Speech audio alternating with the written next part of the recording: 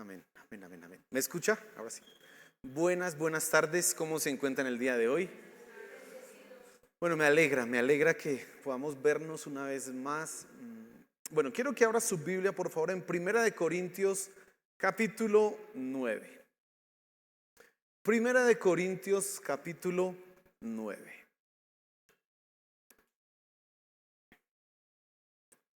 Fíjese en el título de la enseñanza. Dice, baja el puño. Y mirando ahí en las redes sociales, bueno, no en las redes sociales, en la internet, perdón, este es el símbolo de la protesta, levantar el puño. Entonces, cuando usted vea eso levantado, sabe que alguien está protestando. Por allá en 1900, no sé, unos olímpicos 1950, 60, en donde los afrodescendientes, los negros, no podían participar y fueron vetados para que participaran. De Estados Unidos fueron unos representantes allá a participar, estaban en esa lucha por los derechos civiles y toda esa cosa, y los atletas negros levantaron su mano, se colocaron un guante negro y levantaron la mano, ahí en símbolo de protesta. Ahora, yo no quiero que usted la levante en símbolo de protesta, sino que por el contrario, el título dice, baje el puño. Es decir, es todo lo contrario. En lugar de protestar, ¿usted qué debiera hacer? Bajar. Ahora, nosotros estamos en una época que es muy beligerante, una época que es de protesta. Hace 100 años era muy fácil que una autoridad pidiera obediencia irrestricta y no encontrara ninguna barrera o protesta, otra vez la palabra protesta, para recibirla. Y entonces un policía decía, eso es así, sí señor. El profesor, recuerde, antiguamente tenía inclusive el derecho, la autoridad de regañar y de castigar a los hijos. Y entonces los estudiantes o se portaban bien, porque con un profesor que le pueda dar un reglazo a uno, pues ¿quién se va a pelear con eso? Hoy día ha cambiado mucho eso. Ted Tripp, que escribió un libro excelente a propósito, que se lo recomiendo para los padres, ese libro se llama Pastoreando el corazón del niño. En la introducción decía algo interesante, decía, a raíz de la década de los 60, los niños que están sentados en los colegios, los niños que crecen en nuestra época, no obedecen naturalmente, más bien están programados para retar la autoridad y retar lo que se pide. Entonces son dos retos que hay hoy en nuestra época. Se reta a la autoridad y usted, ¿por qué me dice eso? ¿O con qué derecho me dice eso? Y la otra es, ¿por qué yo tengo que hacer eso que usted me está diciendo? Aunque usted es mi autoridad, yo no voy a hacer lo que usted me diga. Se ponen en tela de juicio esas dos cosas. Y lo hemos visto, no solamente con los hijos, sino la misma sociedad. La sociedad en sí misma de nuestra época es mucho más dada la revolución, dada la protesta, que en otros momentos de la historia. Pero el cristianismo es diferente. El cristianismo tiene otras exigencias para aquellos que han decidido entregar su vida al Señor Jesús, precisamente porque, hablando del Señor, Él mismo dice, enmudeció y no abrió su boca. Cuando lo maltrataban, se callaba. Primera de Pedro, el apóstol Pedro dice, cuando ustedes los persigan, cuando ustedes les digan cosas, quédense callados, porque tenemos un ejemplo en Cristo, al cual cuando le hacían, lo vituperaban, lo maldecían, él no hacía ni decía nada. Es todo lo contrario a lo que estamos viendo a nivel social. Entonces el cristianismo, ser cristiano en ese sentido es algo contracultural, es algo contracorriente, es un contrasentido con respecto a todo lo que vivimos hoy día. Por eso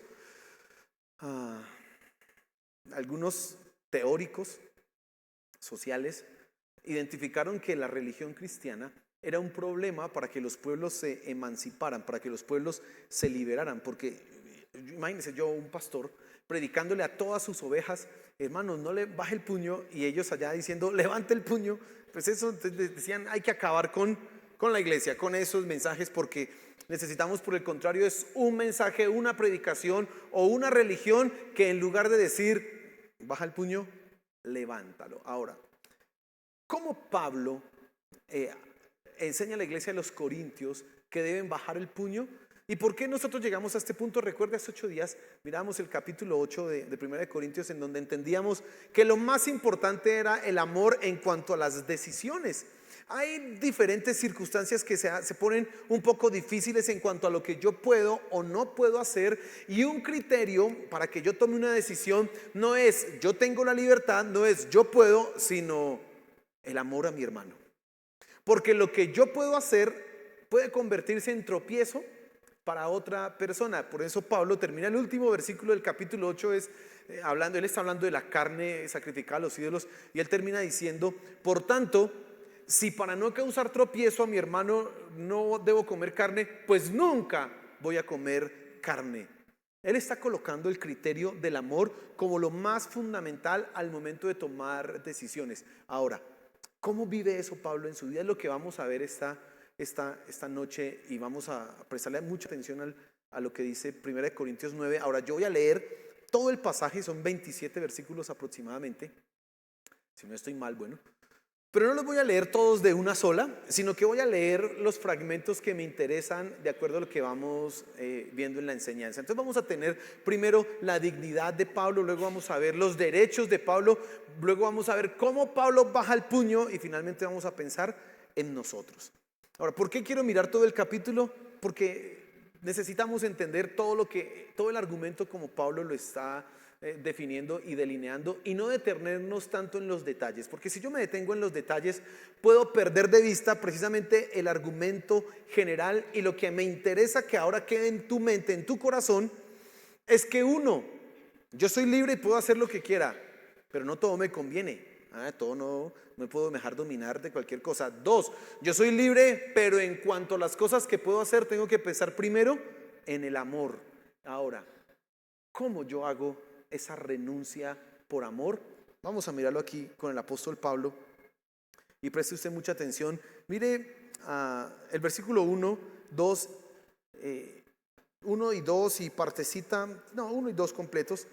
Vamos a mirar aquí del pasaje de 1 Corintios 9, cuáles son las cualidades o las calidades del siervo de Dios en el caso de Pablo. Dice así: no soy libre, no soy apóstol, no he visto a Jesús nuestro Señor, no sois vosotros mi obra en el Señor. Si para otros no soy apóstol, por lo menos para vosotros sí lo soy, pues vosotros sois el sello de mi apostolado en el Señor. Fíjese que Pablo está en primera instancia resaltando sus excelencias, las calidades que él tiene como un siervo de Dios. Y entonces él empieza a decir ahí: no soy libre. Ahora, ¿el libre en qué sentido? Pablo es libre políticamente, él no es esclavo de nadie, pero particularmente él está hablando de la libertad en Cristo. Él no está aquí refiriéndose a una libertad física o libertad de las cadenas políticas. No, él está hablando es de la libertad precisamente que nosotros tenemos en Cristo. Luego él va a pasar a otro y dice: no soy apóstol. Y quizás hoy día nosotros estamos acostumbrados a escuchar que este es el apóstol, que este es el apóstol, y ahora hay apóstol por todo lado, pero en esa época solo habían 12 apóstoles más Pablo, 13. De resto, había muy pocos que podrían reclamar ese honor. ¿Y cuál era el sello de ese apostolado? Dice ahí el siguiente: no he visto a Jesús, Señor nuestro. Y entonces Pablo está recordando el momento de su conversión en el camino a Damasco. Estamos en Hechos capítulo 8, 9, en donde él va a perseguir la iglesia, y de repente dice que un gran resplandor inunda todo, y escucha una voz: Pablo, ¿por qué me persigues? Y él se convierte. Él tuvo una revelación de Cristo, y es él, el Señor Jesús, el que lo ha nombrado a él como apóstol. Y Pablo está, digamos así, mostrando sus credenciales, como cuando uno... no sé si usted ha escuchado hoy a veces las presentaciones de los predicadores de hoy día, el doctor, el no sé qué, el si sé cuánto, autor de tantos libros. Bueno, Pablo está mostrando sus credenciales en este punto. Él está diciendo: miren quién soy yo. Ahora avanza a decir: no son ustedes mi obra en el Señor. Bueno, el fruto que certifica que él es un siervo de Dios es la iglesia, la misma iglesia de Corinto, la misma iglesia que ahora está recibiendo la carta, las mismas personas a las cuales él les está escribiendo y les está confrontando, son el resultado de su ministerio. Ahora, lo que está haciendo Pablo en este punto es colocando su nombre, es colocándose a sí mismo en el lugar que le corresponde de dignidad. Ahora pensemos tú y yo un momento, si nos encontramos con una persona que nos dice, yo vi al Señor Jesús y efectivamente lo haya visto y que además haya fundado no sé cuántas cantidades de iglesia, ¿no merecería nuestro respeto y honra? ¿Sí o no? Pues, evidentemente. Una persona que ha demostrado servir a Dios de tal manera que ha sacrificado su vida, hombre, sí que se merece nuestra honra, nuestro respeto, y que no le vamos a rendir pleitesía como si fuera un Dios, pero por lo menos nuestro respeto sí debiéramos dárselo. Y Pablo está enfatizando particularmente esto. Ahora mire los derechos de Pablo. Vamos a leer el versículo 3. Mi defensa contra los que me examinan es esta: ¿acaso no tenemos derecho a comer y beber? ¿Acaso no tenemos derecho a llevar con nosotros una esposa creyente, así como los demás apóstoles y los hermanos del Señor y Cefas? ¿O acaso solo Bernabé y yo no tenemos el derecho a no trabajar? ¿Quién ha servido alguna vez como soldado a sus propias expensas? ¿Quién planta una viña y no come de su fruto? ¿O quién cuida un rebaño y no bebe de la leche del rebaño? ¿Acaso digo esto según el juicio humano? ¿No dice también la ley esto mismo? Pues en la ley de Moisés está escrito: no pondrás bozal al buey cuando trilla. ¿Acaso le preocupan a Dios los bueyes? ¿O lo dice especialmente por nosotros? Sí, se escribió por nosotros, porque el que ara debe arar con esperanza, y el que trilla debe trillar con la esperanza de recibir de la cosecha. Si en vosotros sembramos lo espiritual, ¿será demasiado que de vosotros cosechemos lo material? Si otros tienen este derecho sobre vosotros, ¿no lo tenemos aún más nosotros? Sin embargo, no hemos usado este derecho, sino que sufrimos todo para no causar estorbo al evangelio de Cristo. Versículo 13. ¿No sabéis que los que desempeñan los servicios sagrados comen la comida? Perdón, vuelvo a leer esto.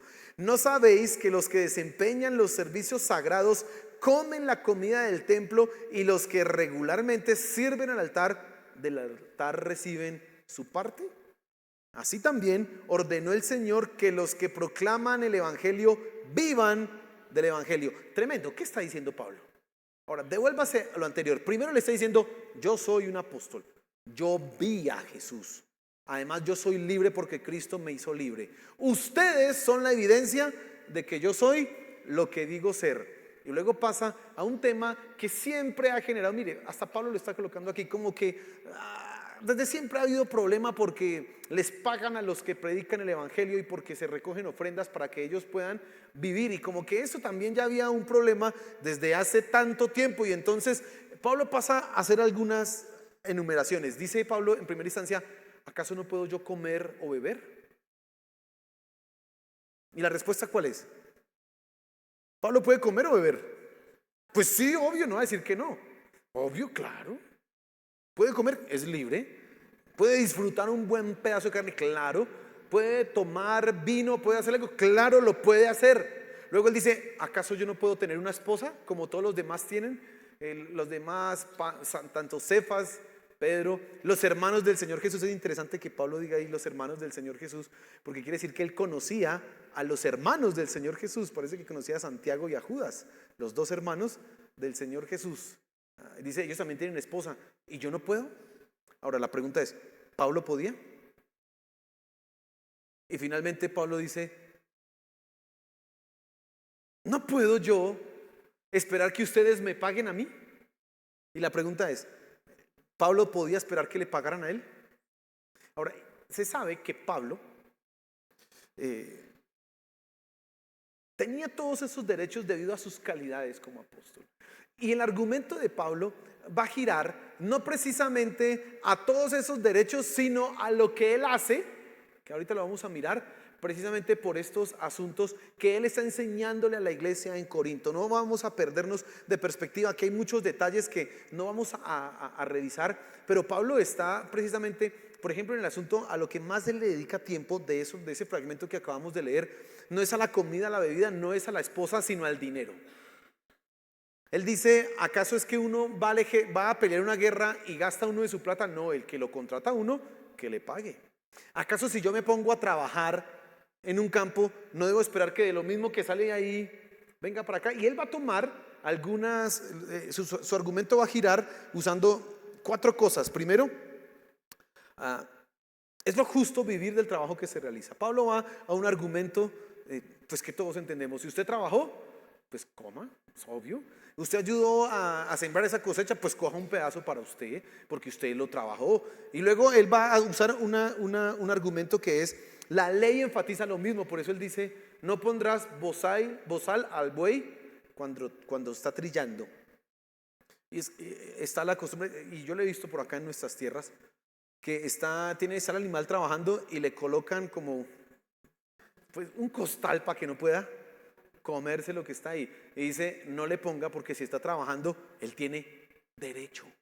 Y luego Pablo va a decir, ¿y acaso a Dios le importan los bueyes? Y mire qué interesante ese argumento. A Dios obvio que los animalitos le interesan, pero sobre todo está preocupado por ¿quiénes? Por nosotros. Así que Pablo va a decir, eso que está en la ley se escribió por nosotros.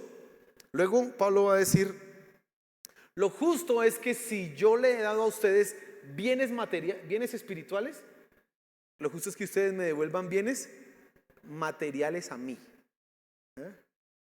Eso está, y él luego lo va a repetir en Gálatas. Va a decir exactamente Gálatas 6:6.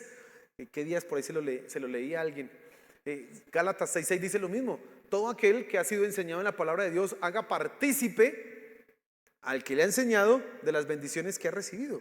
Pablo está entendiendo eso. Si ustedes han aprendido algo espiritual, pues hombre, participen de lo material aquel que le enseñó. Y finalmente él va a decir, y así mismo lo dice el Señor Jesús. Y él está recordando cuando los mandó a predicar en el 70, les dijo, no lleven ni espada, ni capa, ni alforja, no lleven nada, y donde lleguen y les den de comer, coman, y lo que les den, recíbanlo, porque el obrero es digno de su salario. Pablo está enumerando primero sus calidades y luego sus derechos. Ahora, la pregunta para ustedes, ¿está de acuerdo que Pablo tiene razón o no?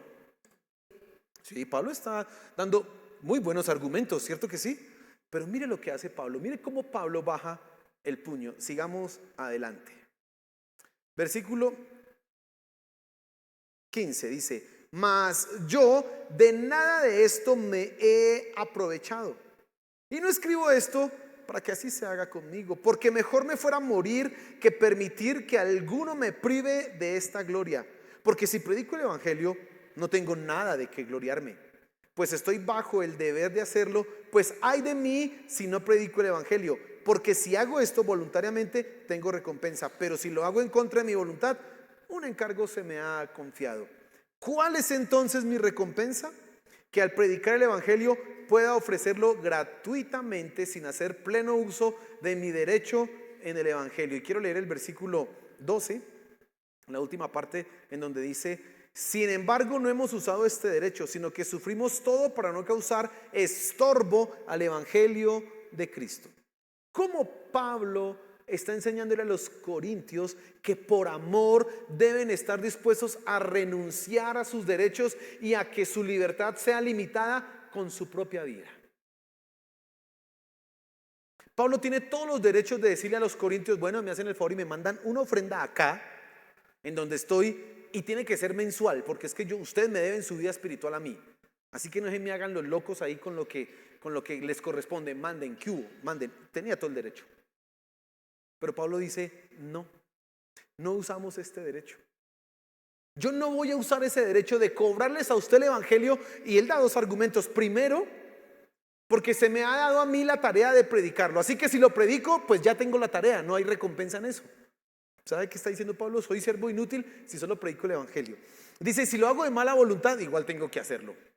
Pero entonces Pablo, y esto es algo que hemos estado hablando mucho estos últimos días acá entre nosotros, ¿cómo uno puede dar la milla extra? Pablo está dando la milla extra al decir, lo predico porque me ha sido encomendado, pero además lo hago gratis, aunque mi derecho es cobrar, a ustedes no les cobro.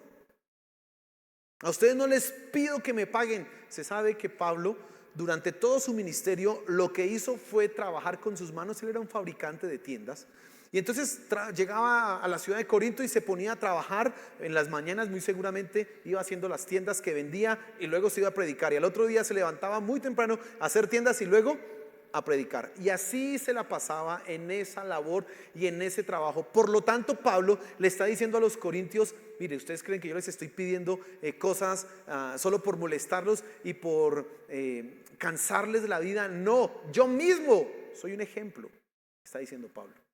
Sorprendente. Creo que nosotros debemos pensar un poco en esto. ¿Cómo un siervo de Dios, Pablo, está dispuesto a renunciar y a rechazar todo? ¿Cómo Pablo dice aquí para no colocar estorbo al evangelio de Cristo? ¿Y por qué uno piensa un poquito estorbo? ¿Por qué estorbo? Seguramente en esa época ya había gente que, ¿están cobrando? Seguramente. O el simple hecho de decir, vamos a evangelizar allá, no hay plata, bueno, entonces no vayamos. No, él decía, no, vamos a donde sea. Y entonces, ¿cómo hay que hacer? Pues yo pongo la plata, no importa.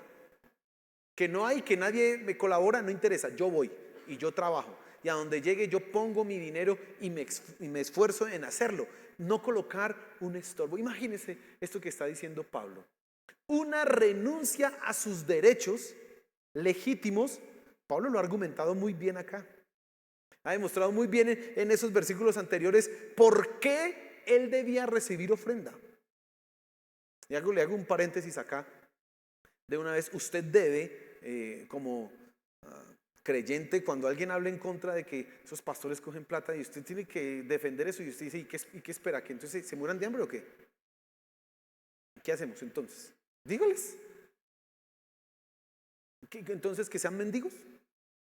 ¿Cómo quiere usted? Claro, hay otros que ya se pasan de la raya. Entonces usted, bueno, ahí dice, perdón por esos, pero en realidad la misma Biblia dice que hay que hacerlo. Y Pablo está recordando eso, pero sobre todo hace énfasis en esa verdad.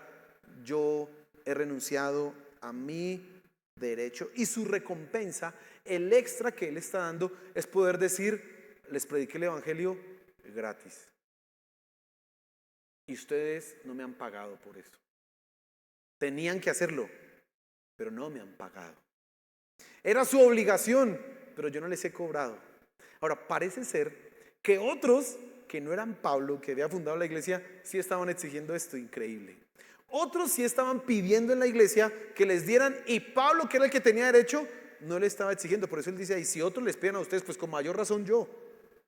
Pero Pablo está renunciando a ese derecho. ¿Cómo más lo hace Pablo? Bueno, vamos a mirar acá en los siguientes versículos cómo Pablo sacrifica sus gustos personales. Mire lo que dice el versículo 19. Por lo cual, siendo libre de todos, me he hecho siervo de todos para ganar a mayor número. Me he hecho a los judíos como judío para ganar a los judíos, a los que están sujetos a la ley, aunque yo no esté sujeto a la ley, como sujeto a la ley, para ganar a los que están sujetos a la ley, a los que están sin ley, como si yo estuviera sin ley, no estando yo sin ley de Dios, sino bajo la ley de Cristo, para ganar a los que están sin ley. Me he hecho débil a los débiles para ganar a los débiles. A todos me he hecho de todo para que de todos modos salve a algunos. Y esto hago por causa del evangelio, para hacerme copartícipe de él. Pablo se hizo un siervo de todos. Ahora, esto no es solo un método evangelístico. A veces vemos acá en Pablo como una estrategia. Él es capaz de, dependiendo del lugar donde se encuentre, adaptarse y hacer que su mensaje sea significativo y relevante para el que le esté escuchando. Sí, pero no es solamente eso. En realidad, si tú lo miras en el contexto, Pablo está renunciando a lo que a él le gusta, a lo que él entiende, a sus propias deseos, a sus propios anhelos, a sus propias comodidades. Y vamos a mirar esto un poco en detalle. Dice Pablo: a los judíos me hice como judío. ¿Sabía usted que Pablo fue el mayor enemigo de los judíos en la iglesia? No porque no amara a los judíos, sino porque él entendía que la iglesia no podía judaizar.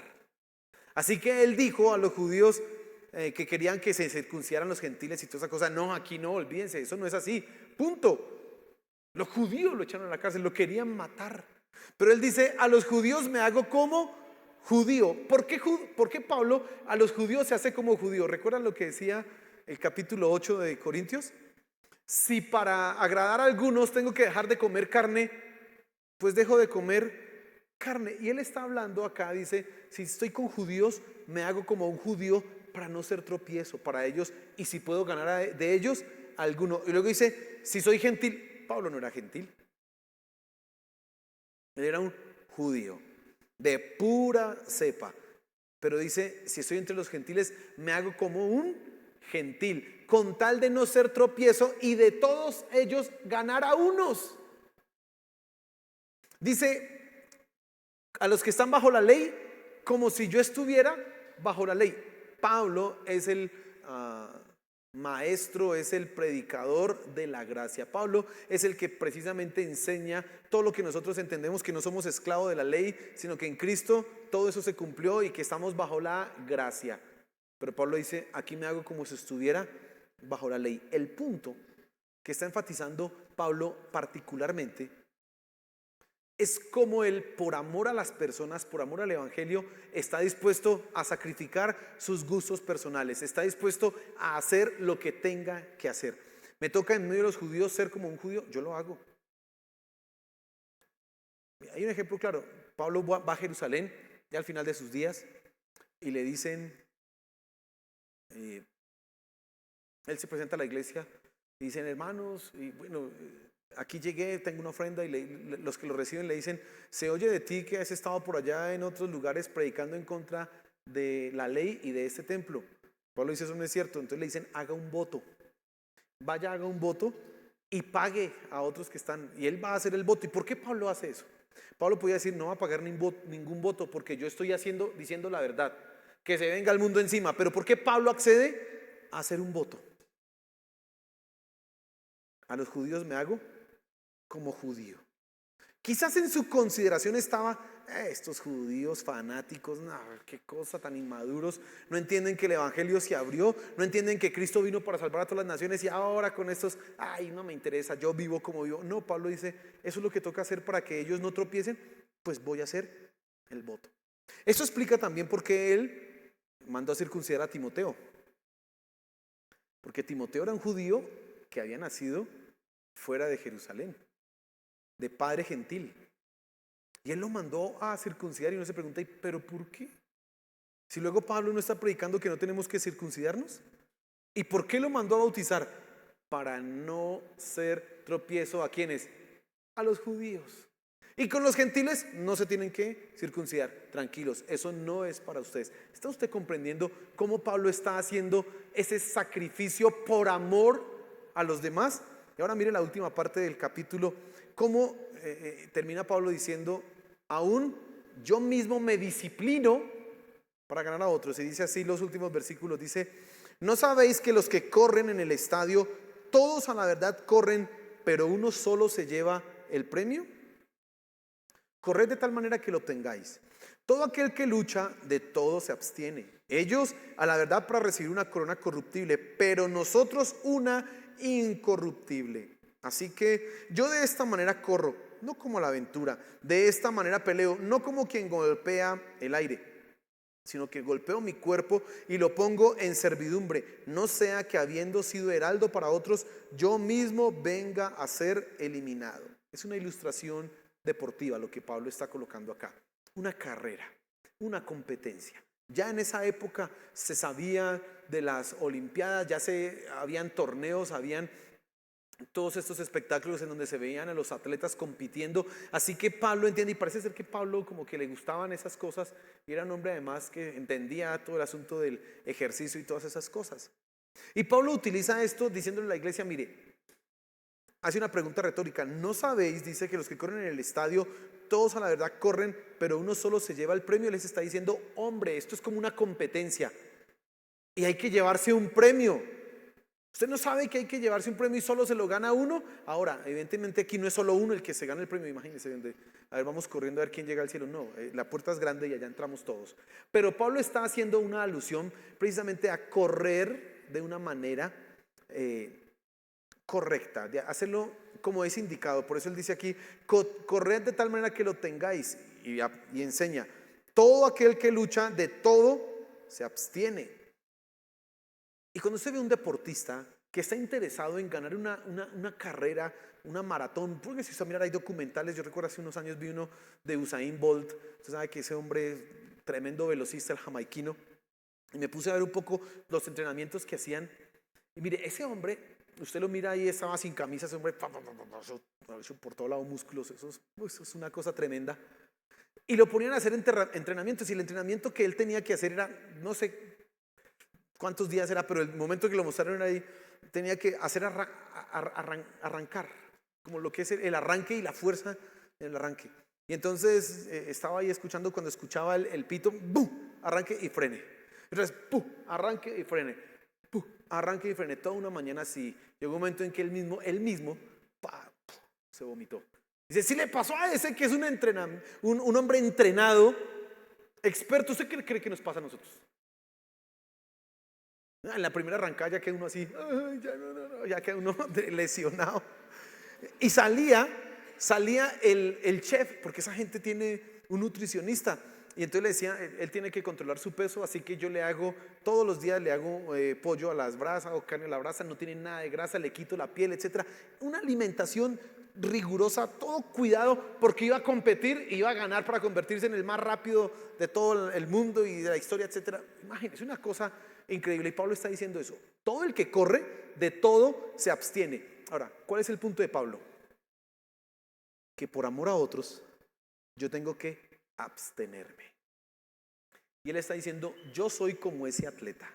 Yo estoy corriendo una carrera que es la vida cristiana. Y aquí me interesa no ser tropiezo para ninguno de mis hermanos. Y como yo no quiero ser tropiezo para ninguno de ellos, pues entonces, tal cual como un atleta, me voy a abstener de aquello que me es estorboso. Yo necesito llegar al cielo. Yo necesito no ser piedra de tropiezo para nadie. Y para eso tengo que abstenerme de esto, de esto, de esto, de esto. Y él dice, cojo mi cuerpo y lo pongo en dura servidumbre. ¿Por qué el cuerpo? Porque ahí es donde están nuestros deseos, ahí es donde están nuestras pasiones, ahí están donde surgen todas esas cosas que queremos hacer para pasar por encima del otro. Ahora, hay más detalles que podríamos mirar aquí, pero dejemos un poco, creo que ya has entendido el argumento. Ahora el punto eres tú. Tú también tienes derechos. Tú eres libre. En Cristo nosotros somos libres. Nosotros en Cristo hemos sido liberados de la esclavitud del pecado, pero también hemos sido liberados para poder vivir en esta vida en plenitud. Podemos, gracias a Cristo. También tenemos una dignidad. Somos hijos de Dios, creados a su imagen y semejanza. Quizás no podamos decir con Pablo que somos apóstoles o que hemos visto a Cristo Jesús, pero ciertamente Dios ha tocado nuestro corazón y tenemos revelación y entendimiento de su palabra. Tenemos una dignidad. Y quizás tú puedes también enumerar aquí en este punto tus hijos espirituales. Yo traje a la iglesia tal, yo traje a la iglesia tal por la tarea evangelística que yo hice hace 20 años. Toda una familia se salvó y ahora mire, están aquí con sus hijos, sus nietos, y ya todos sirven a Dios. Y usted puede decir, qué bueno, eso es tu dignidad. Y eso te da derechos. Puedes hacer muchas cosas. Pero nosotros estamos más dados a reclamar nuestros derechos y a pasar por encima de los demás y no a amar y a sacrificarnos. Pablo es un ejemplo. Él tiene todos los derechos, pero él dice, yo no quiero ser tropiezo para nadie. Y en el capítulo 8 dice, si no tengo que comer carne para ser tropiezo, pues nunca, jamás vuelvo a comer carne, punto. Increíble. Yo decía hace 8 días, menos mal ese versículo hoy aquí no sacrifican ya nada a los ídolos, porque si no yo tendría un problema con la carne, porque a mí me gusta la carne. Ese versículo no me gustaría leerlo mucho. Pero hay otras cosas, ya no es la carne, hay otras cosas que tú tendrás que poner en perspectiva. Muchas. Yo les daba un ejemplo hace 8 días. ¿Tú puedes escuchar música que no sea cristiana? Sí. Quizás tienes la capacidad para abstraerte de todos esos mensajes corruptos que tenga. Sí. Pero quizás otro te ve escuchando música que no sea cristiana y ya con eso tropezó. Por amor a Él, no por ti, por amor a Él, pues nunca jamás escuches música mundana.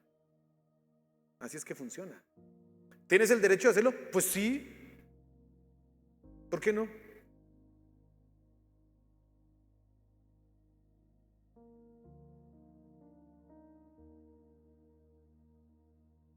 Y hay más cosas que pueden darse en ese sentido. Pero nosotros, más bien, debido a la cultura en la que vivimos, debido a todo ese ambiente en el que nos desenvolvemos, si renunciamos a nuestros derechos, el mundo nos hace pensar que somos tontos. Si te callas, se la van a montar. Ay, mire, qué bobo se la dejó. Cuando particularmente aquí vemos a Pablo, que teniendo derecho de todo dice, lo renuncio por amor a ustedes.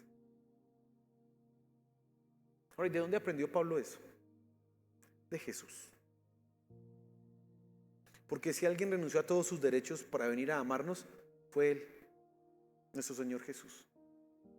Por eso Pablo tiene un modelo ejemplar y él mira a Jesús y dice, Él hizo todo eso por mí. Pues yo con mayor razón. Hay una frase, ahorita no recuerdo quién fue el que dijo eso, dice, si Jesucristo es Dios y murió por mí, no hay nada más grande que yo pueda hacer por Él. No hay nada grande en este mundo que yo pueda hacer por Él. Y Pablo es de esos hombres. Cristo hizo por mí, se hizo hombre, se despojó a sí mismo, se humilló. Pues qué más da que yo deje de hacer. Si estoy con judíos, pues listo, como judío.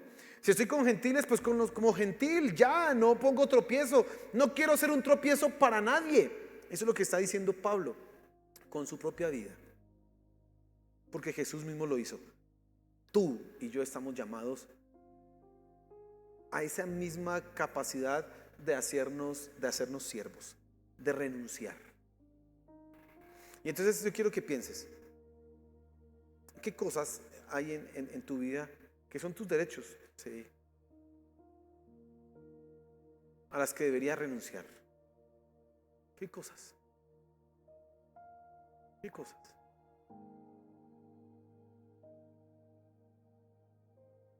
Quizás es tu esposo, tu esposa o tus hijos los que te están diciendo, oiga, papá, no debería hacer esto. No se lo dicen así directamente, se lo dicen como, ¿un cristiano hace eso? ¿Un cristiano puede hacer eso? Y usted por dentro sabe, sí, hombre, no hay problema con esto, pero es ese niño o ese esposo o ese vecino o esa tía o no sé quién, no entiende lo mismo que entiende usted. Recuerde, 1 Corintios 8:2, el conocimiento envanece, pero el amor edifica. Ámalo y por amor a Él, limítate. No lo hagas por amor a esa otra persona. Que Dios nos ayude a renunciar, a bajar el puño, porque somos muy dados a pedir nuestros derechos, somos muy dados a exigir, esto es para mí, y cómo me van a pasar por encima, yo no puedo permitir, y así, no, que hiciste cuánto, yo no lo puedo permitir, somos eso. Pero el Evangelio nos dice, no, baja el puño, y por amor al otro, sacrifícate. Eso es dar el extra. Que Dios nos ayude, amén. Padre, gracias por tu palabra, gracias, Señor. Gracias por tu palabra. Es sorprendente, Señor, cómo tú, por ejemplo, tocaste el corazón de Pablo para que él pudiera reflejar en su vida tu poder, tu gracia. Pero eres tú el modelo por excelencia de entrega, de sacrificio por amor. Eres tú. Y que nosotros podamos hacer eso mismo. No fijarnos en nuestros derechos y reclamarlos de manera absoluta, sin pensar en los demás. Por el contrario, que siempre estemos pensando en no ser tropiezo, en amar a mi hermano. Te lo suplicamos, Señor. Por favor, ayúdanos. Ayúdanos. Por favor. Por favor. Gracias. Gracias porque estás trayendo revelación a nuestros corazones. Y ayúdanos, Señor. Por favor, te lo suplicamos. Ayúdanos, Padre Celestial, a vivir en esa ley que tú mismo viviste, mi Señor. La ley del amor, que piensa en el otro más que en sí mismo. Por favor, Señor. Gracias por tu palabra esta noche. Amén y amén.